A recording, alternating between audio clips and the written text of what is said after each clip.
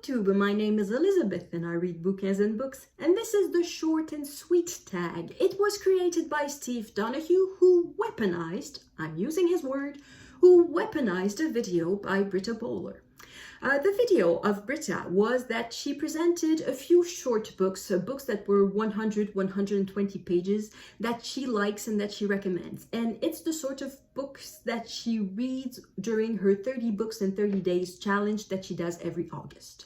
Now, Steve thought it was a great idea for a tag, and he simply invites us to present books that we love and that we recommend that are short. And short means, according to Steve, under 200 pages. So I scrupulously respected the rule. Every book is under 200 pages, and this is what I have to talk about. They are in the order they were published, so I will start with the oldest. The first one is this one. The title in English is Lovers Are Never Losers. It's by Jean Giono. Giono is an author from France, and he specializes in the south of France. He comes from the south of France, and he talks about the rural countryside in southern France. He's very hit or miss.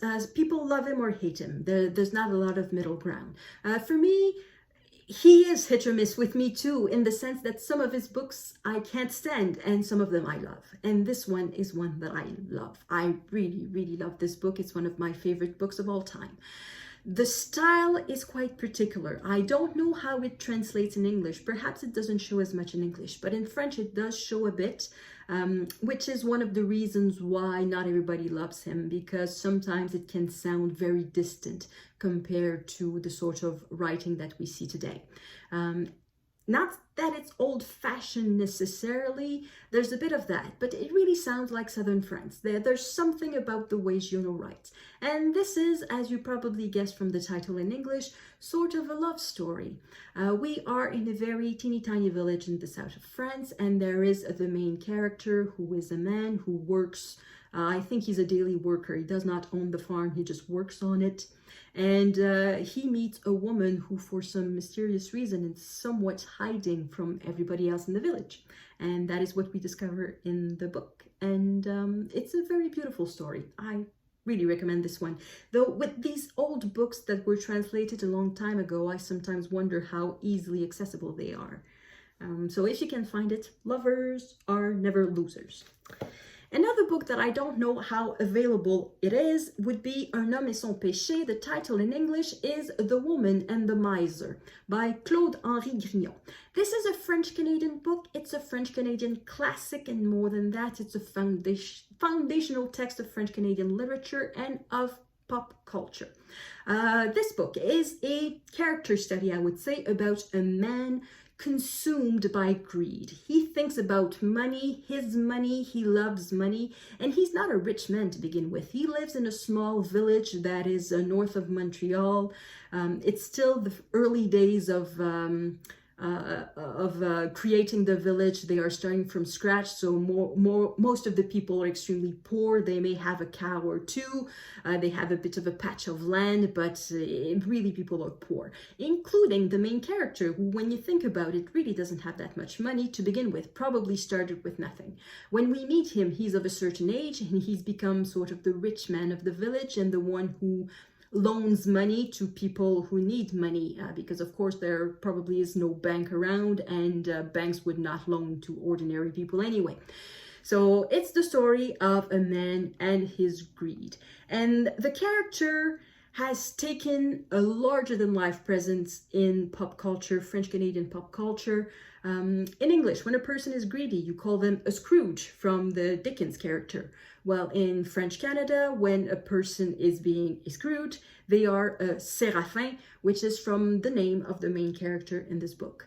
There has been radio programs based on this character and the universe, the world invented by the author of this book, who is also the author of these radio programs, of television programs, movies, and recently there was another television program based on this character and the few characters in this book that was produced. It was a great success, and it was translated, was picked up by a streaming service somewhere in the UK under the title True North.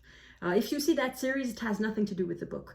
It's really just the character that was taken, and the character has taken a life of its own.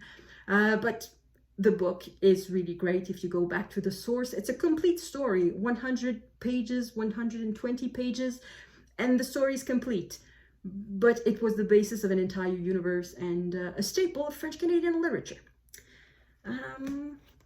Next one is an author you probably know. He's from Austria, Stefan Zweig. The translation, two different titles for this one: The Royal Game or Chess Story.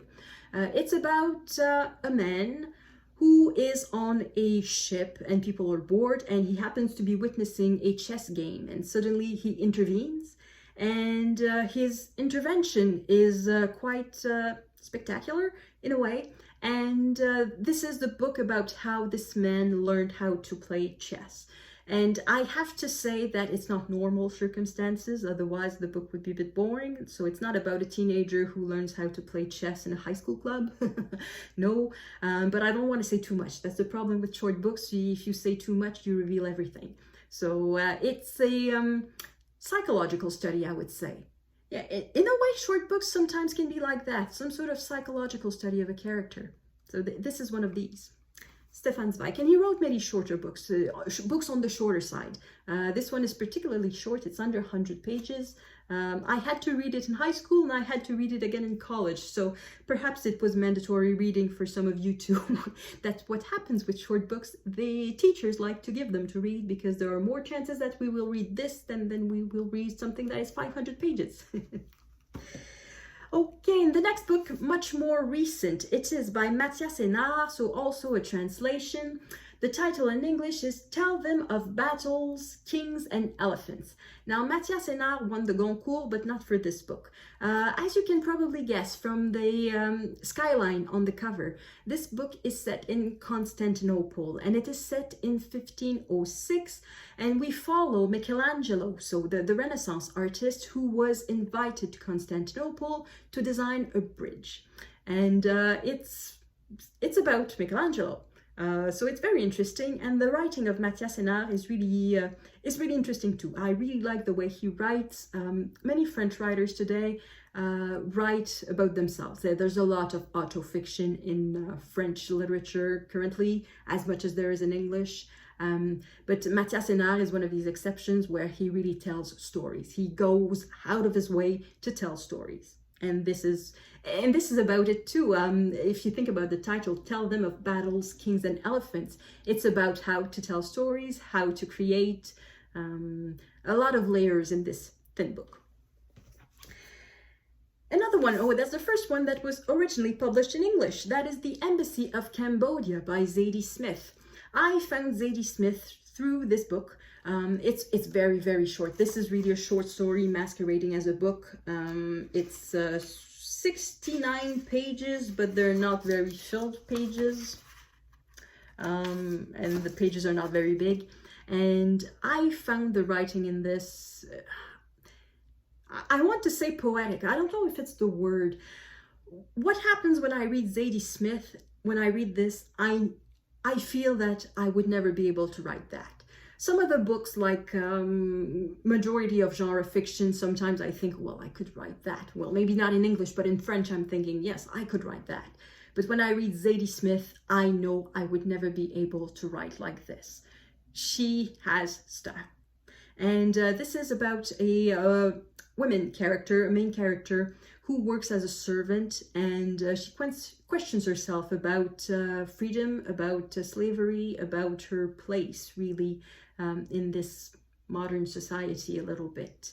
And the Embassy of Cambodia is a bit of a symbol, and the badminton, the badminton game is also a bit of a symbol of somebody or something being tossed between two sides of something. So Zadie Smith, The Embassy of Cambodia. Another book, Canadian book, Wenjack by Joseph Boyden. Now, I know that Joseph Boyden is one of these radioactive authors at the moment. It was revealed that, contrary to what he pretended for many years, Joseph Boyden is not indigenous. He pretended to be of indigenous culture and he pretended to write own voiced books, but he's not indigenous. He was raised as I was, as a white person. So you have to know, when you read this, it's not an own voice book. But at the time when I bought it, I didn't know. Anyway, you do what you want, whether you want to boycott Boyden or not. But the story of Wenjack is a story a lot of people should know, particularly Canadian people. We should know the story of Wenjack. It's quite a known story. I'm going to tell you everything about it, and heck with spoilers, because everybody knows the story. It's about a little boy who was from an indigenous First Nation in the north of Ontario, and he was brought, I think it was in the 1960s, to a residential school in more south in Ontario. So it's not quite Toronto, but in more accessible place, I would say. And he was mistreated and he wanted to escape. And he escaped with two other boys. The other boys went with their uncle, but there was no room for Wenjack. So they told him, just go back to the school, the tracks are there, turn right and go back to the school. And Wenjack, when he arrived at the tracks, decided to turn left. I'm not saying right or left, I don't know which direction it was, but he decided to turn towards the other direction and say, I'm just going to walk back to my village. I came by the tracks, and if I just walk along the tracks, I will find my village. But the village was 600 kilometers away. He did not know that. And of course, he died the first night of hypothermia, and he was found by railway workers. And it's an extremely sad story, and it's sadly, in a way, a common story of children who escaped, who died trying to escape, or who died because they could not escape. It's part of Canadian history, a very dark chapter in Canadian history, and this very short book, it's once again 100 pages, but small pages, not very full. That tells the story in a very lean way, just everything that you have to know about this little boy. Finally, on a perhaps more upbeat tone, Manikanetish by Naomi Fontaine. She's well, I was going to say also a First Nation author, but no, Joseph Boyden is not a First Nation author. This one is. Naomi Fontaine is from the First Nation of, she's from the Innu First Nation on the most eastern tip of the province of Quebec, on the north shore of the St. Lawrence River. The main character in this book spent a lot of time in Quebec City. She grew up in the village in First Nation Reserve on the north coast of the St. Lawrence River, but she spent a lot of time in Quebec City. She went to university and became a teacher, and now she's going back to the village where she was born, where she spent her childhood, to become a teacher.